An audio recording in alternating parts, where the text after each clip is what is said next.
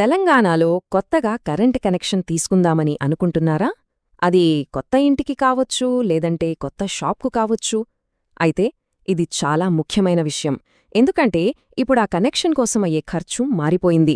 ప్రభుత్వం service line ఛార్జీలు అంచెప్పి కొత్త రేట్లను ప్రకటించింది. ఇంతకీ ఏంటా మార్పులు?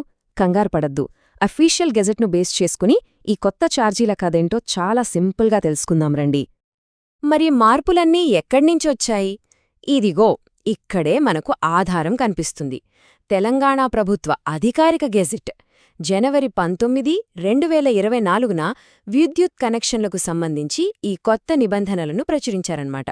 అంటే మనమిప్పుడు తెలుసుకోబోయే ప్రతి విషయం పక్కా అఫీషియల్, నేరుగా ప్రభుత్వ పత్రం నుంచే. సరే, ఈరోజు మనం ఏమేమి విషయాలు కవర్ చేయబోతున్నామో ఓసారి చూద్దాం. ముందుగా ఈ కొత్త రూల్స్ వెనుకున్న బేసిక్స్ ఏంటి, ఆ తర్వాత మనిళ్లకు, వ్యాపారాలకు, అలాగే పరిశ్రమలు, వ్యవసాయానికి ఛార్జీలెలా ఉంటాయో చూద్దాం. ఎలక్ట్రిక్ వెహికల్స్ ఛార్జింగ్ స్టేషన్ల సంగతి కూడా మాట్లాడుకుందాం. చివరగా అన్నింటికంటే ముఖ్యమైన పాయింట్స్ను ఒక్కసారి రివైజ్ చేసుకుందాం. ఓకే, నేరుగా నంబర్స్లోకి వెళ్లే ముందు కొన్ని ముఖ్యమైన పదాలకు అర్థం తెలుసుకోవడం చాలా అవసరం. అప్పుడే మనకు అంతా క్లియర్గా అర్థమవుతుంది. ముందుగా సర్వీస్ లైన్ ఛార్జీలు ఏంటివి? చాలా సింపుల్. మన ఇంటికి కానీ షాపుకు కానీ కొత్తగా లో టెన్షన్ అంటే ఎల్టీ కనెక్షన్ ఇచ్చేటప్పుడు కరెంట్ డిపార్ట్మెంట్ వసూలు చేసే వన్ టైం ఫీజ్ అన్నమాట. కేవలం కనెక్షన్ తీసుకునేటప్పుడు ఒక్కసారి కడితే సరిపోతుంది. ఈ ఛార్జీలన్నింటికీ బేస్ ఒకే ఒక్క పదం, అదే కాంట్రాక్టెడ్ లోడ్. అంటే ఏంటంటే మన ఇంటికి లేదా ఆఫీస్కు ఎంత కరెంట్ కావాలో మనం ముందే అంచనా వేసి విద్యుత్ సంస్థతో అగ్రిమెంట్ చేసుకోవడం. దీన్ని కిలోవాట్లలో అంటే కేడబ్ల్యూలో కొలుస్తారు. మన లోడ్ ఎంత ఉంటే మన ఛార్జ్ అంత ఉంటుంది. అందుకే ఇది చాలా కీలకమైన పాయింట్. అయితే ఈ కొత్త రూల్స్ అందరికీ వర్తిస్తాయా? లేదు. గెజెట్లో ఒక కండిషన్ పెట్టారు. ప్రస్తుతం కరెంట్ లైన్లున్న ఏరియాకు 1 కిలోమీటర్ లోపల కొత్త కనెక్షన్ తీసుకుంటేనే ఈ కొత్త ఛార్జీలు వర్తిస్తాయి. అంతకంటే ఎక్కువ దూరమైతే రూల్స్ వేరే ఉంటాయి. సరే, ఇప్పుడు మనలో చాలా మందికి నేరుగా సంబంధమున్న విషయానికి వచ్చేద్దాం. మన ఇళ్ల కనెక్షన్లకు ఛార్జీలెలా ఉంటాయి? అదేనండి, కేటగిరీ LT1 డొమెస్టిక్ కనెక్షన్ల గురించి. ఇక్కడ స్క్రీన్ మీద మన ఇళ్ల కనెక్షన్లకు సంబంధించిన ఛార్జీల టేబుల్ ఉంది. కాంట్రాక్టెడ్ లోడ్ పెరిగే కొద్దీ ఛార్జీలు ఎలా పెరుగుతున్నాయో చూడండి. 1 కిలోవాట్ వరకు ఒక రేటు, 1 నుంచి 5 కిలోవాట్ల వరకు మరో రేటు, ఇలా వేర్వేరు స్లాబులుగా డివైడ్ చేశారన్నమాట. సాధారణంగా మన ఇళ్లల్లో వాడే లోడ్ 1 నుంచి 5 కిలోవాట్ల మధ్యలోనే ఉంటుంది. ఈ కేటగిరీలో చూస్తే బేస్ ఫీజ్ 500 రూపాయలు. ఆ తర్వాత 1 కిలోవాట్ దాటిన ప్రతి కిలోవాట్కు అదనంగా 600 రూపాయలు కట్టాలి. ఉదాహరణకు మన లోడ్ 3 కిలోవాట్ అనుకుందాం. అప్పుడు బేస్ ఫీజ్ 500 రూపాయలు ప్లస్ అదనంగా ఉన్న 2 కిలోవాట్లకు అంటే 2 ఇంటూ 600 1200 రూపాయలు. మొత్తం కలిపితే 1700 రూపాయలు అవుతుంది. సింపుల్ కదా? ఓకే, ఇక ఇళ్ల సంగతి పక్కన పెట్టి నెక్స్ట్ కేటగిరీకి వెళ్దాం. ఇది వ్యాపారాలు, దుకాణాలు, ఇంకా ఇతర కమర్షియల్ సంస్థలకు సంబంధించినది. అదే కేటగిరీ LT2 నాన్ డొమెస్టిక్.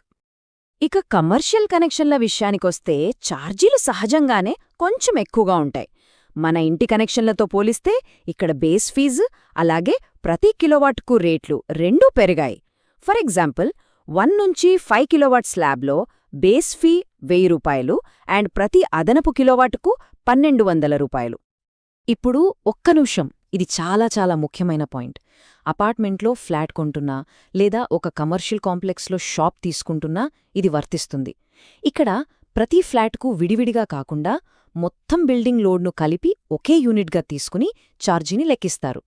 దీనివల్ల ఏమవుతుందంటే మొత్తం బిల్డింగ్ పెద్ద స్లాబ్లోకి వెళ్లే ఛాన్స్ ఉంది. ఇది ఖర్చును బాగా ప్రభావితం చేయొచ్చు.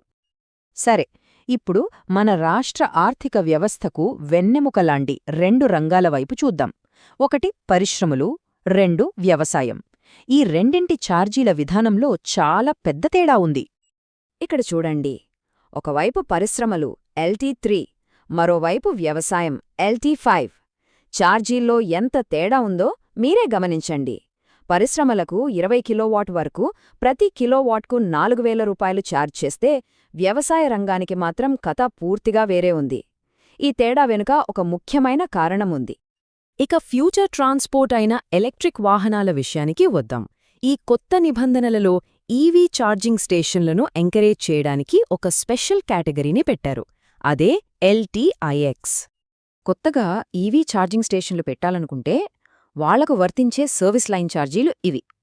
మొదటి చూపులో ఇవి దాదాపు కమర్షియల్ రేట్లలాగే అనిపిస్తాయి. కానీ ఒక కీలకమైన తేడా ఉంది.